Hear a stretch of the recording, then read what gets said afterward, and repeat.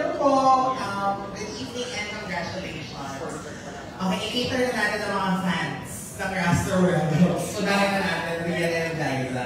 Kasi syempre, reunited na kayo. Ang tagal din na tayo ng fans. Diba? So, what was your first reaction na nalaman nila they will be working again together? Even if, I'm sure very different ito than TRM.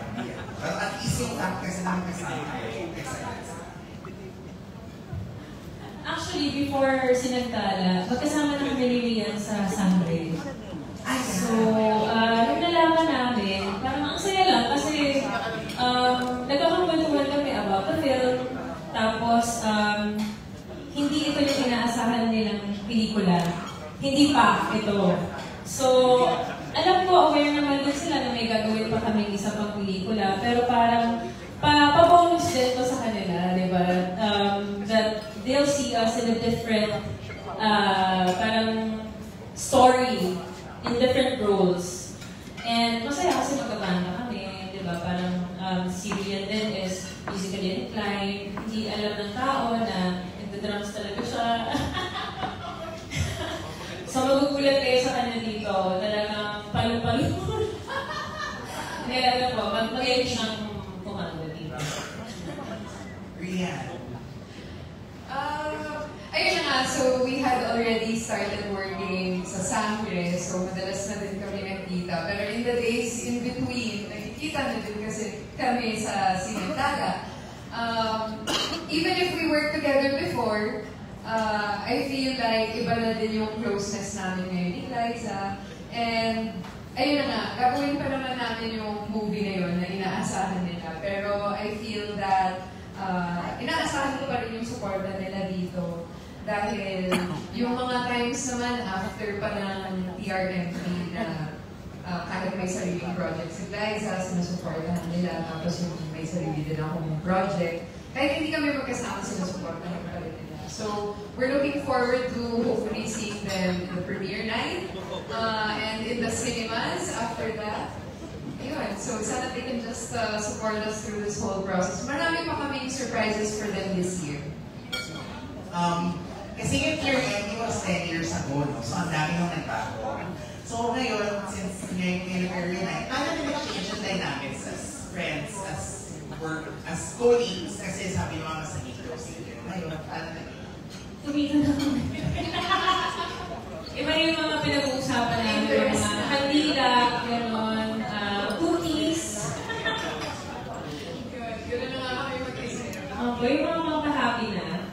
Kasi before, parang ano ba, mas focus tayo sa talaga sa work eh. So, focus tayo naman tayo ngayon. Pero parang, mas personal na rin yung mga pinag-uusapan na, like life. Di ba kasi, 10 years ago na rin yun, different yung age namin. Ano, parang I was like 28, kaya 37 na ako. So parang, talagang, nag-iba na yung dynamics. Yung priorities namin, nag-iba na rin. Ang saya lang din makausap si sa ibang subject, like hindi lang about work, but about life.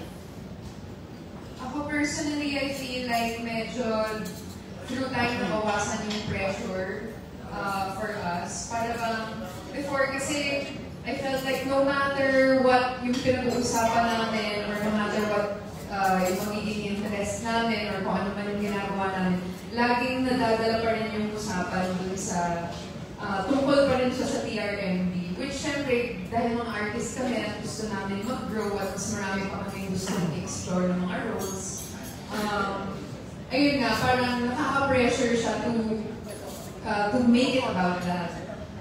Pero now, because we're older, we're more mature, we're more secure with ourselves, I don't think we feel the pressure as much. And we're free to really open up to each other, and that's why I said kanina na iba na yung closeness namin ngayon, iba na yung friendship namin ngayon. Which I think will also translate to better chemistry also in the future. Thank you so much and congratulations. Thank you, GP Arlon from Rewind Channel. And next naman magtatanong, Chad Solis. Sorry. Bang number. So, ang first question ko is, since yung movie parang about chasing your dreams. Kayo ba as an artist, paano kayo nakarelate dun sa story mo?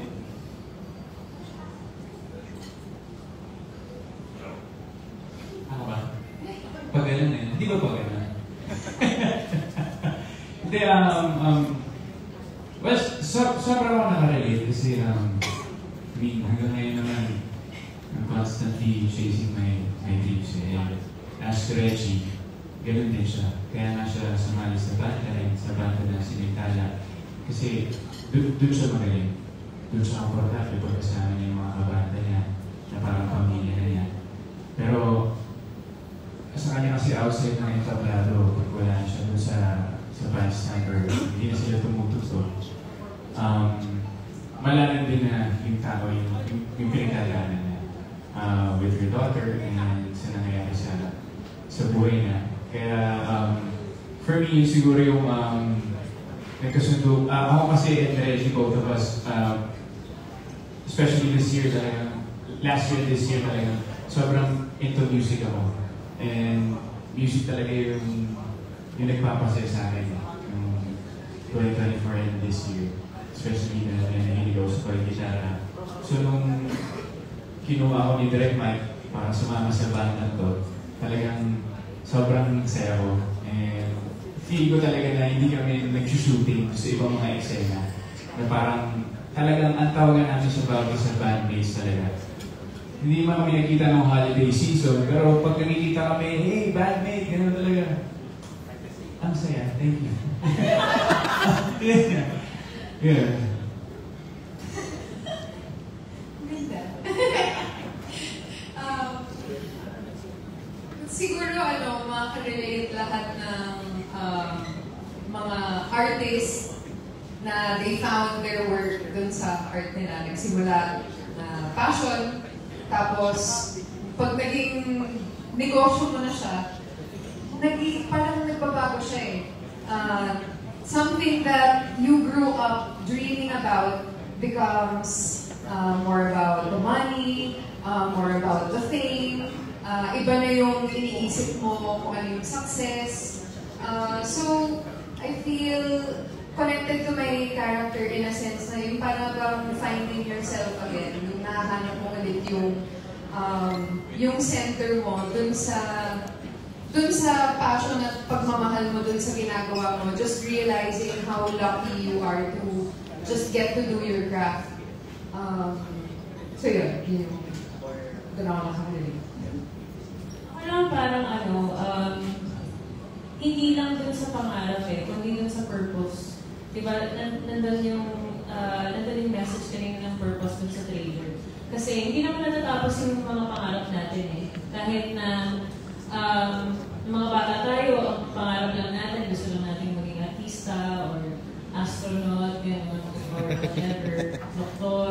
Tapos kung naging artista ka na, iba naman na yung pangarap mo. Nag-asawa ka, nag-iba ulit yung pangarap mo. Pero yung pangarap na yun, may kaakibat ng purpose. Kasi kung ang pangarap mo ay pang sarili lang, parang walang fulfill. Parang siguro sa akin, hinahanap ko through this film, kasi hinahanap ko yung ano yung purpose ko ulit? Kasi may mga bago akong pangarap, pero ano yung purpose ng mga pangarap na yun? Bakit ko siya gusto makamit? At,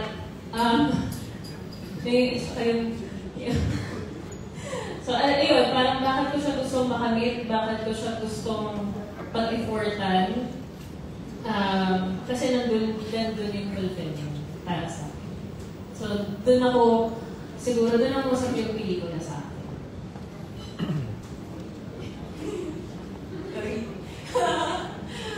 Ako dreamer talaga ako kasi pwede ko matulog.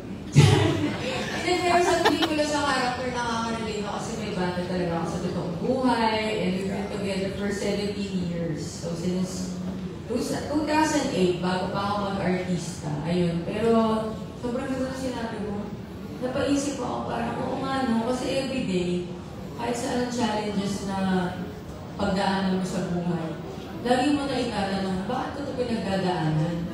Diba? Para Parang dapat madali lang, hindi talaga madali matupad ang pangarap, di ba? Pero tama, may purpose talaga lahat ng, mayroong reason talaga si Lord sa lahat ng nangyayari sa buhay natin.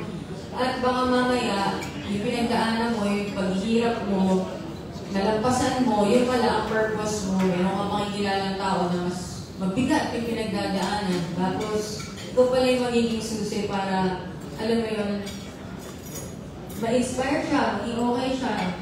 So, napakaganda ng message ng pelikula ko. So, yun, abangan nyo na lang. Thank you.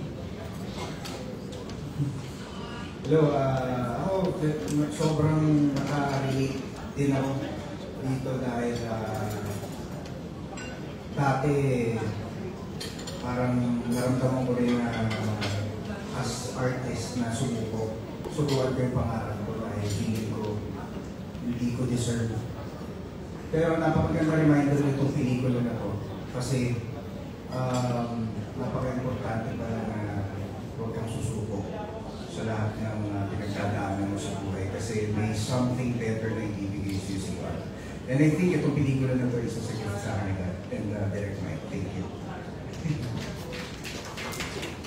So follow up lang din, since na-mention na ni Max na, yun nga, parang may mga struggles at the same time, parang na-achieve nyo siya.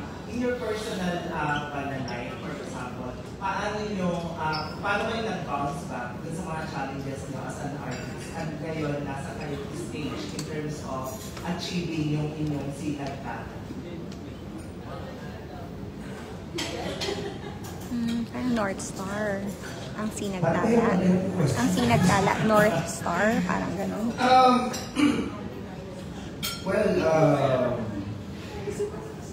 Ako kasi kumapit lang talaga ako kay Lord eh. Kumbaga, hindi ko kakamtan siguro yung mga nakakamtan ko ngayon kung hindi dahil sa belief ko sa Panginoon. Hindi titibay yung pagkatao ko kung wala siya. So, malaking factor sa akin yung pag-pray. Kaya patuloy pa rin ako lumalakad sa buhay.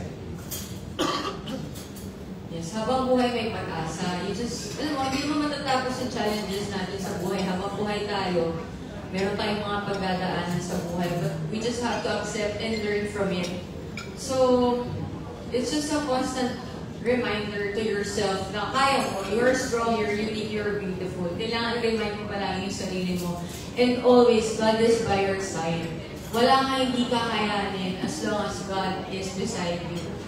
So, yun na talagang kinakitan ko din. At my strong faith in my family. So, yun, just have to remind yourself na it's gotta be strong. Amen. Siyempre, bukod dun sa prayers, isa sa mga talaga masasabi kong nagsalba sa akin sa kalungkutan ay musika. Yun yung bakit ako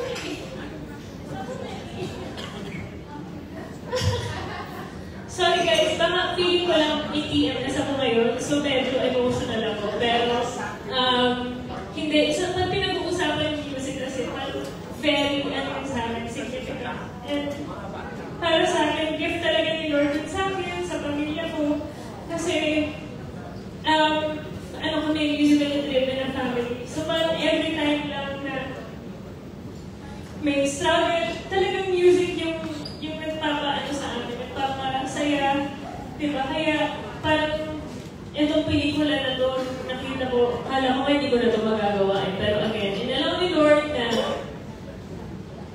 mapasama ako dito, makilala ko si Direct Mike na matagal ko na gustong makatrabaho kasi nung napanood ko pa lang yung tulad ng dati na sa Cinemalaya, sabi ko, uy, astig, may gumawa ng pelikula tungkol sa Dodon, tapos musical, tapos may mga original songs, ganyan. Tapos dito, isa sa mga talagang ikaka-proud ko din ay mga original songs po yung kinanta namin. Tapos kami po talaga yung kumanta doon.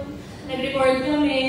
Tapos ang ganda rin ng mga, it's such a pleasure and a blessing to work with talented musicians na talagang deserve din na marinig yung message ng kanta nila. So ayun, para sa akin talagang music saves lives. At kapag malungkot ka, di ba, music naman talaga yung nagpapasaya sa atin. Simpleng-simpleng kanta, pero ang laking bagay na ang laking tulong sa mood. Ayun.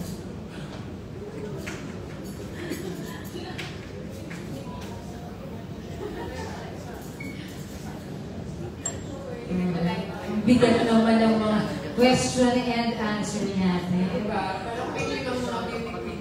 Oo. Parang therapy na masyadong mabigat rin yan. Kaya pa ba? Naramdaman ko yung tension na nga sila. Bulo yung jury niya. Kasi nag-iyak si Liza. That's only the first 10 minutes. Tapos yung boys natin tumatawa na, di ba? So mamaya sila yung makakatahin natin. So let's shake it off muna.